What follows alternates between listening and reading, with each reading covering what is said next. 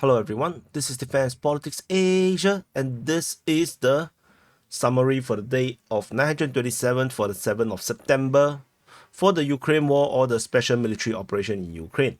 On Twitter, someone said that I always call this the special military operation in Ukraine and say that this because I am pro-Russian. It's like I always say the full phrase, right? Ukraine war or the special military operation in Ukraine. Ukraine war is actually illegal.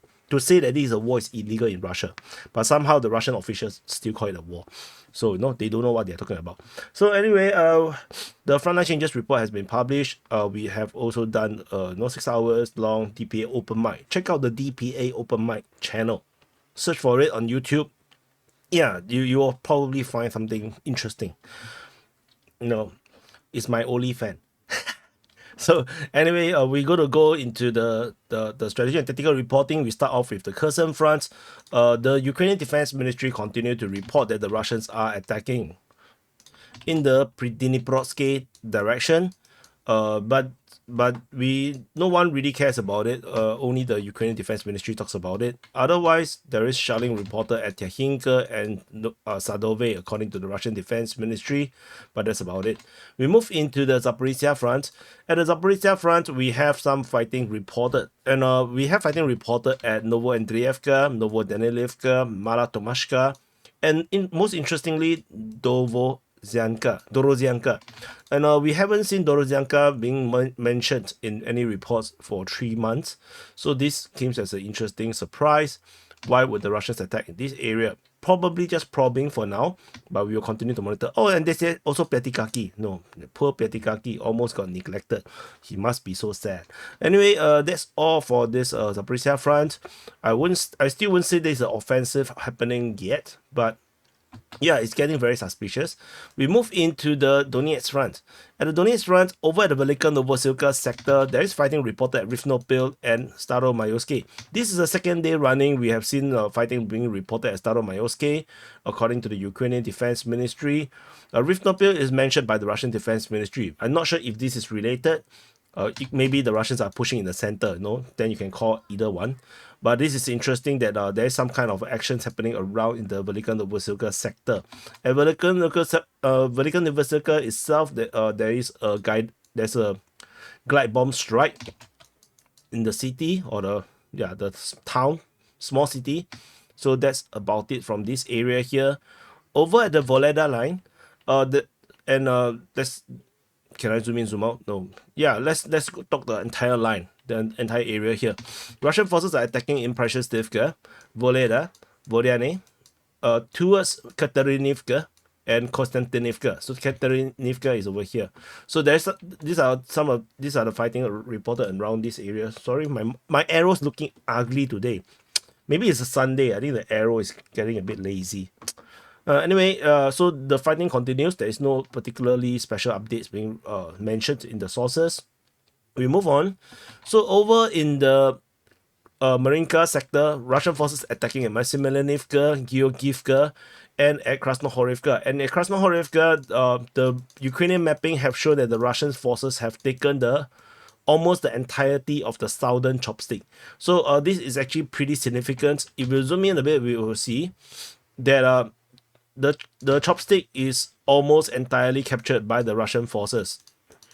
So the Russian forces have gone down the entire street, and the speed of it, either they have not been reporting at all the reality or the truth, or the Ukrainians have totally bolted from this area here. Ukrainians still have a little bit of Krasnohorivka left, but I think it's going to be very hard to defend unless they can treat this like Marinka. Not Marinka, Pervomaisky. So or Marinka, yeah, either way. So this we'll see how this goes. And there is also some industrial or farming buildings. I think these are buns. Yeah, like chocolate bun, cherry bun, hot dog bun. So there's some buns around here. And so the Russians, if they take this and of course the rest of the southern part of the chopstick, I think the Russians would effectively have full capture of the entire Krasnohorivka. So this is pretty significant. Is this something? Yeah, this is nothing. This is just totally ruins. Okay, so we go into the Nevelsky salient region. So this is also very significant because the movement, the development over at Krasnohorivka is related to this area here. The Ukrainian side, the Ukrainian mapping, Deep State UA has declared that Nevelsky has been fully captured by the Russian forces. And the mapping also shows that the Russians have expanded control south of Pervomaisky. And this basically is exactly what I have been telling you guys in the frontline changes report, SITREP, or the conclusions that this fall is going to come because of the Russian developments over at Hernik. And we also do see that the Russians are pushing towards Hernik at this moment. Fighting is also reported at Helisinivka. So this Hernik is the key one because this is a city that controls the satellite villages. and if Hernik collapse, then all these villages can't really hold the control the roads, and which means the Ukrainian forces in this area here, trapped by all this water body by the Russian forces at Hernik, will be operationally encircled. Of course, together with the Russian control of Krasnohorivka. So this is getting very, very serious. So I did mention that the Ukrainians will start to redraw. Because this is a very huge distance to cover, so I believe they will start to redraw, and it looks like the collapse of Nevelsky clearly shows that the Ukrainians are actually redrawing. So yeah, this is what it is. So unfortunately for the Ukrainians, this is undefendable unless they are able to make Hernik into a fortress. But given the tide of war that's currently happening in this region, I don't think the Ukrainians can hold. So anyway, this is the situation over this area here. Moving into the Selidove region, Russian forces are attacking in Selidove. According to geolocation, the Ukrainians are actually, holding a pretty distant line, very forward line at Mikhailivka instead of actually fighting inside Selidove. Russian forces are fighting in the Mikhailivka region, and also they seem to have captured the entire line of three lines, three lines south of Mikhailivka. This is based on the UAV drone, the Russian Ukrainian drone attacking the forest by throwing down flames. So Russian forces are also allegedly fighting in Lysivka and Ukraine's. For the Ukrainians, they are fighting from the south. So this is currently what's happening around in this Selidove sector. Pretty messy at this moment, especially in Selidove, because Selidove's terrain is a bit complicated. So I think it's still very unsure. But this invalidates Russians' mapping, which was very advanced, mentioned all the way to the entire eastern half has been fallen to the Russians. So at this moment, it looks like that's not the case, and yeah, unfortunately, that's how it goes. Intelligence or sources or information is never perfect. So it's important is just to always correct, invalidate wrong informations, and continue to talk about the correct ones, and to highlight that certain things are wrong. It's important to fact check. So for those that don't trust me, just fact check me in 2 weeks or 1 week, even 3 days. More often than not, some of the projections that I've made or analysis I've made tends to be correct. Because there's only so much things you can do on the battlefield, generally speaking. So we move up to the Horodivka region. Russian forces fighting in Horodivka, Mykolaiv. Ukrainian forces use some drones attack, ground drones at Krutiya, which actually caused the front line to change because it shows that the Russians are not there, and the Russians are fighting in the region of Novohorodivka. Particularly over at Horodivka, there is significant frontline changes on the Ukrainian mapping, with Russian forces ambushing or attacking Ukrainian forces with basically rifles and cannons and ATGMs, and that shows Russian presence actually in most of Horodivka, because the Ukrainians basically just entered across the bridge and then they got attacked. So which means the Russians have successfully taken most of Horodivka as per the Russian mapping. So this is actually correct. And there is also geolocation of FPV drone hitting Ukrainian MRAPs, the Kozak armored vehicles. So So Ukraine definitely is over on the other side of the river, over at Horodivka. So that's about it. We move on away from the Horodivka region over the northern flank of the Pokrov front. Did I ever mention Pokrov front just now? Yeah, Pokrov front, okay.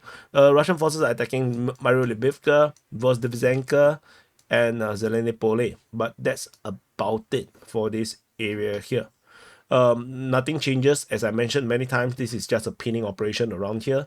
Moving into the New York front. At the New York front, there is fighting reported. There's fighting reported at Sukabalka, Nelipivka, Thorax, and towards Skibinivka. So this continues to be the case. Skibinivka continued to be mentioned. This is according to the Russian Defense Ministry. So very, very very weird that Skibinivka continued to be mentioned, but we don't have the mapping change to reflect it. My guess right now is the Russians have probably taken this much ground, maybe the entire southern part of Thorax, and something like this.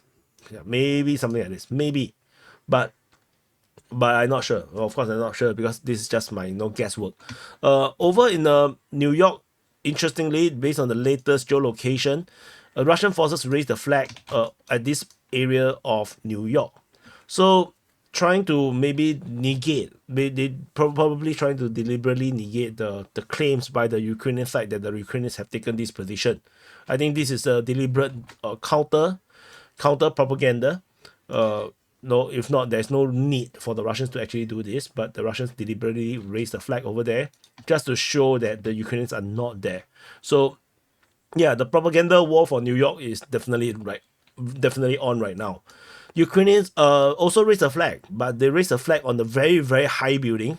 This is a very, very tall building, and then they raise it right at the top, and then expect people to be convinced that the Ukrainians still have some kind of control over New York. I feel like maybe there is some very serious concern about accepting or admitting that New York has fallen on the Ukrainian side. I guess that's the case. Moving into the Bakhmut front, in the southern flank of the Bakhmut front, we have fighting reported towards Stuposhki, towards Priteshne, Klishevka, and Andreevka. The Priteshne-Stuposhki one is by the Russian Defense Ministry. Yeah, so similarly, the sense of front line looks something like this than what we have right now. But we just have to continue to wait for more information. There's nothing we can do about this. And moving on, there over the northern flank, we have fighting reported at Chasivya. The Russian Defense Ministry declared the capture of Kalinina. According to the Russian Defense Ministry, they announced a full capture, and fighting is reported at Khorivka. So Ukraine forces geolocated inside the Chasivya getting airstrike, and then in the north of Kalinina, Russian forces got attacked. But that only shows that the Russians are actually indeed in this line of forest. So if I zoom in, you probably see better.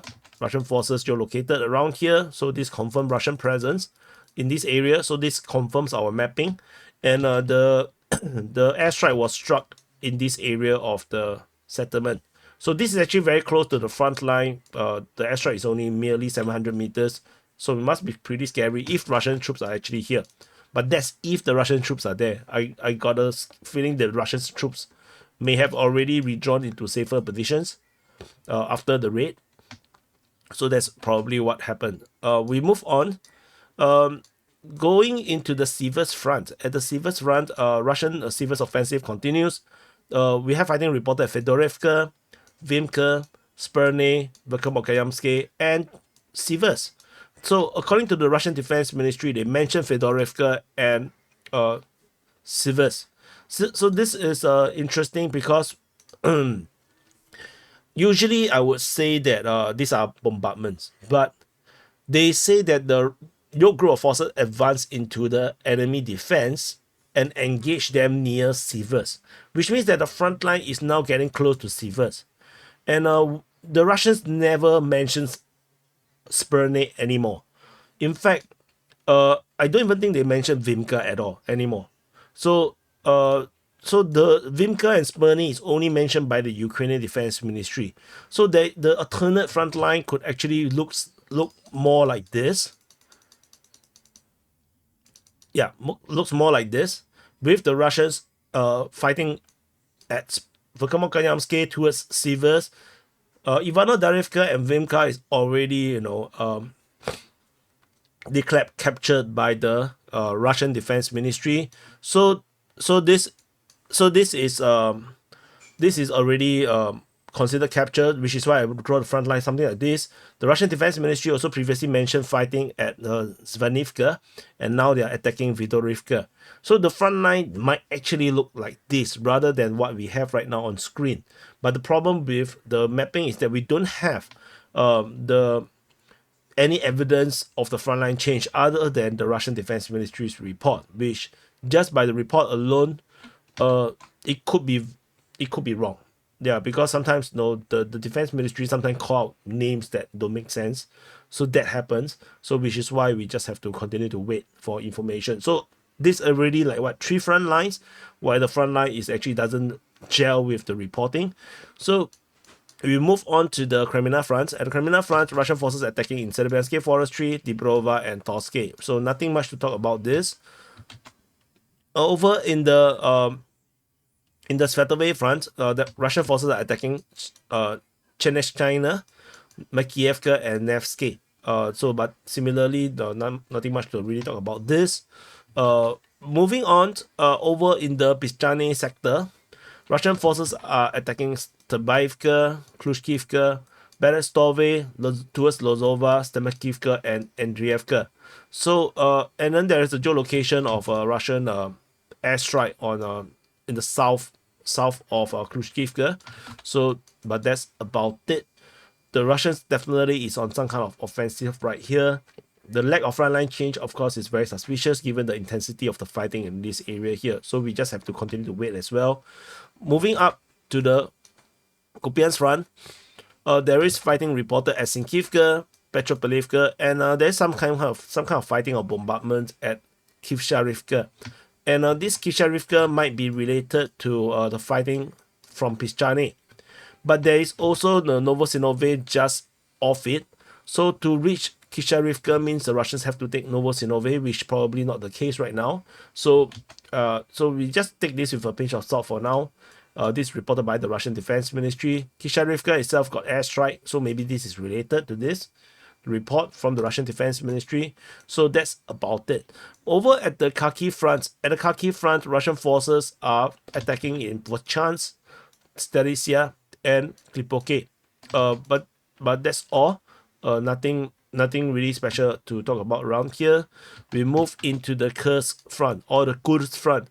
So I saw another comment just now that people say that I'm still pronouncing this as Kursk, but it is Kursk in English. It's always been Kursk in English. It's Kursk in Russian. It's if you look at documentaries, they always call this the Kursk, the Battle of the Kursk. They don't say the Battle of the Kursk. There is no way to pronounce Kursk in English. It is Kursk in English. So anyway, yeah, language. Moving into the Kursk front, there is. Oh, so we go. Let's do a general strategic picture right now. In case we haven't done this for a long time. So let's talk about Ukrainians attacking. Ukrainians are attacking at Borodki, just Rudskaya Konopelka, attacking Kalinove, Krymyanoe. This is Medvedevka, Karinevo, Krasno-Otebersky, and this is what is this called? Vishnevka. So this is the Ukrainian vector of attacks. They are still trying. The Russians are attacking in Borki, Matinovka, Chikaskoye Parashnoye, Kuglenkoye, and then Karinevo, and Vishnevka, Snagos, Panosovka, Vinebznoye. Yeah, so that is basically the current situation right now. Oh my god, today's arrow is so ugly. So anyway, but generally it doesn't feels like a lot of very major strategic change. Small tactical change, yes. So over in the southern flank, yeah, let's do this then. Okay, Russian forces are clashing with Borky. There is geolocation of Ukrainian forces in the south of Borky attacked by Russian drones, confirming Ukrainian presence around here. But generally nothing changes in the southern flank. Moving into the eastern flank, on the eastern flank, Russian forces are attacking in Martinovka. Ukrainian forces are attacking at Ruskaya Konopelka. So they are returning back to this area again. Shelling is reported at Zamovte and Kuzacha Loknia, but that's about it. So nothing changes yet, but at least fighting is back into the eastern flank. Moving up, over in the Cherkasskoye Parashnoye region, Russian infantry is geolocated inside the village of Cherkasskoye Parashnoye. This sort of corroborated the idea that the Russian forces might be on the counteroffensive.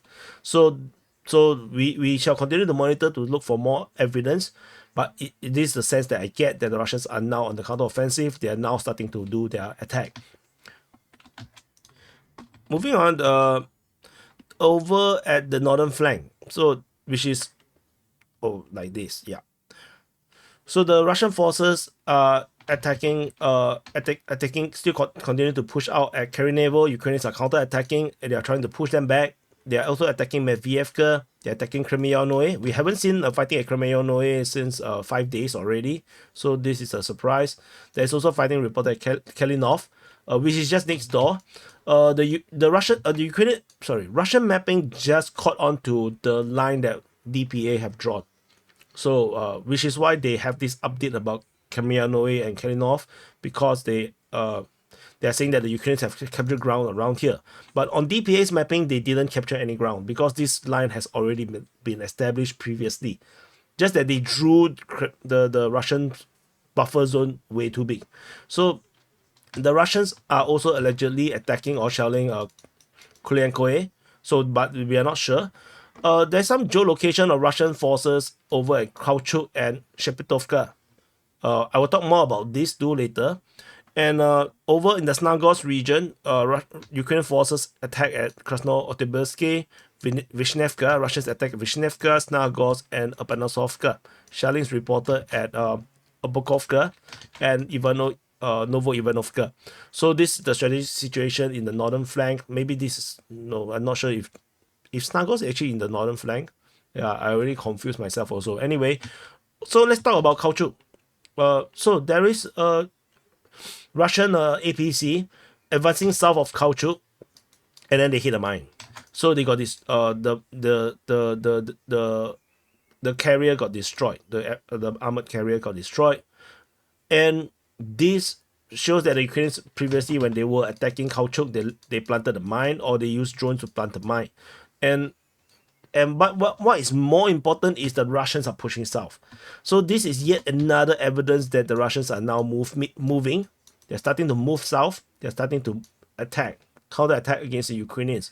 This is yet another signal of this is a possibility.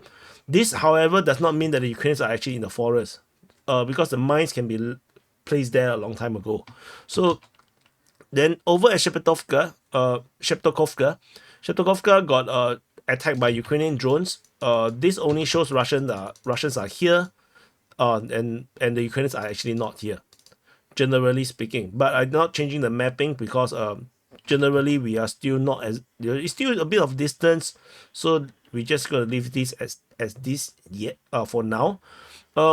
And then nothing really to talk about in the Kirinevo region after the initial geolocation of Russian forces yesterday. Snagorsk region is getting a bit interesting. The Russian mapping have conceded that the Ukrainians have taken Krasno-Otyabrsky in their latest mapping. However, they also do continue to mention that the Russians are fighting them over in this area here. So that's a bit of a weird. Russian forces, of course, is still putting pressure on the Ukrainians. No fighting reported at Kamarovka. So the pressure continues from all sides. Veshnevka, Snagorsk, and Apanasovka. Most likely these are not ground offensive. These are just drones and artillery strikes and airstrikes. So just take it with a pinch of salt. When I draw the arrow, this is not an offensive. but this situation continues. Of course, rear positions continue to get shelled. There is nothing special already by now.